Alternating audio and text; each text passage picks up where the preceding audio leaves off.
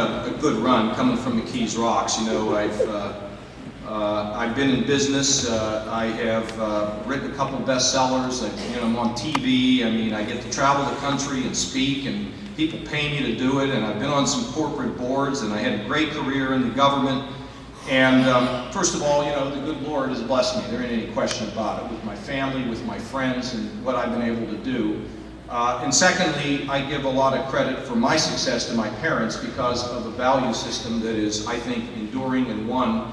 When we take a look at the financial meltdown today, where somehow Americans lost sight of the notion that debt is not a good thing, some basic fundamentals that somehow we took our eye off the ball. But my parents gave me a set of values that have really served me pretty well. Honesty and integrity, and personal responsibility, and humility, and teamwork, and basically raising the bar. I think it's the way that most of us have been raised. You leave the place a little bit better for the fact that you came this way. Even if you move it a little bit, if you push that bar up, you can be proud of who you are and what you've done.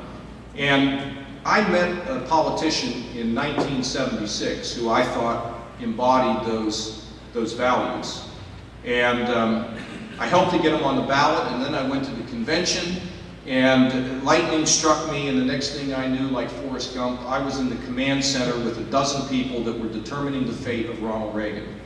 And Reagan was an incredible man. I mean, people try to say, well, is he another Reagan? There'll never be another Reagan any more than there'll be another Churchill. He is a tremendously unique person. He came from the heartland, so he understood us. And secondly, when he worked for GE Theater, he traveled all over the country. He might have come to Findlay, he might have been in Lima, he may have been in Fresno, he may have been in Oklahoma City, but he traveled all over and he understood what made Americans tick. And it's hard work, incentives, getting ahead, not envying the rich, but believing that if you work hard enough, you can become the rich. Reagan understood what got us motivated and who we were, and he also learned at the time to hate the communists because he had been involved in the motion picture industry where the communist movement had great influence, and he understood the threats and the problems that were created. And so in '76, he went to that convention. He didn't win. And I was there. I had the opportunity to take Reagan to 5 states where I was ultimately put in charge. I introduced him, I escorted him, I briefed him. I was 24 years old. It was like I was living in a dream, just like Forrest Gump. And when Reagan had lost, they had a gathering at the top of the Alameda Hotel in Kansas City. And that night, Reagan talked to his closest advisors and told them, we may have lost the battle, but we're not going to lose the war. And I looked at these grown men and I saw tears rolling down their cheeks because they had hope, but they were so broken by the fact that their leader couldn't emerge and lead the country. And we know the rest of the story.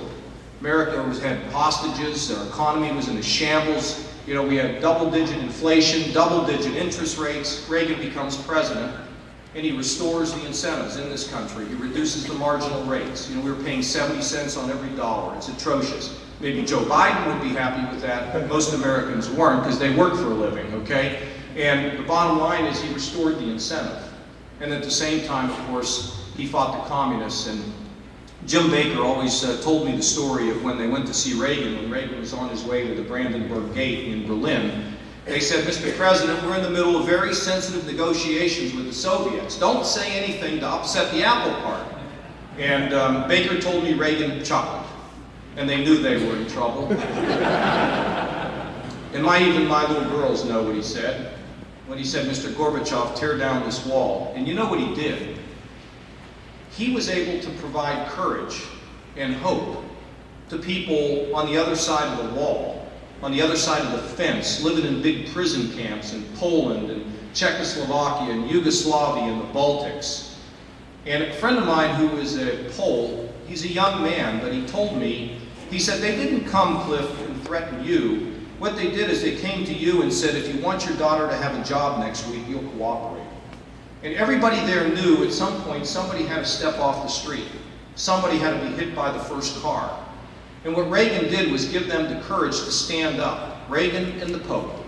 And they got the courage then to stand in town squares, moms and dads and sons and daughters, and hold candles, and they told their government, we're not going back. And because of Reagan, that just like Joshua, that wall came a-tumbling down.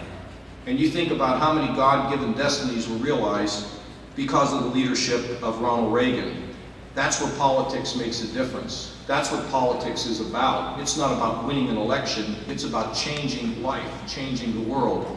And now, yeah, around for Ronald Reagan.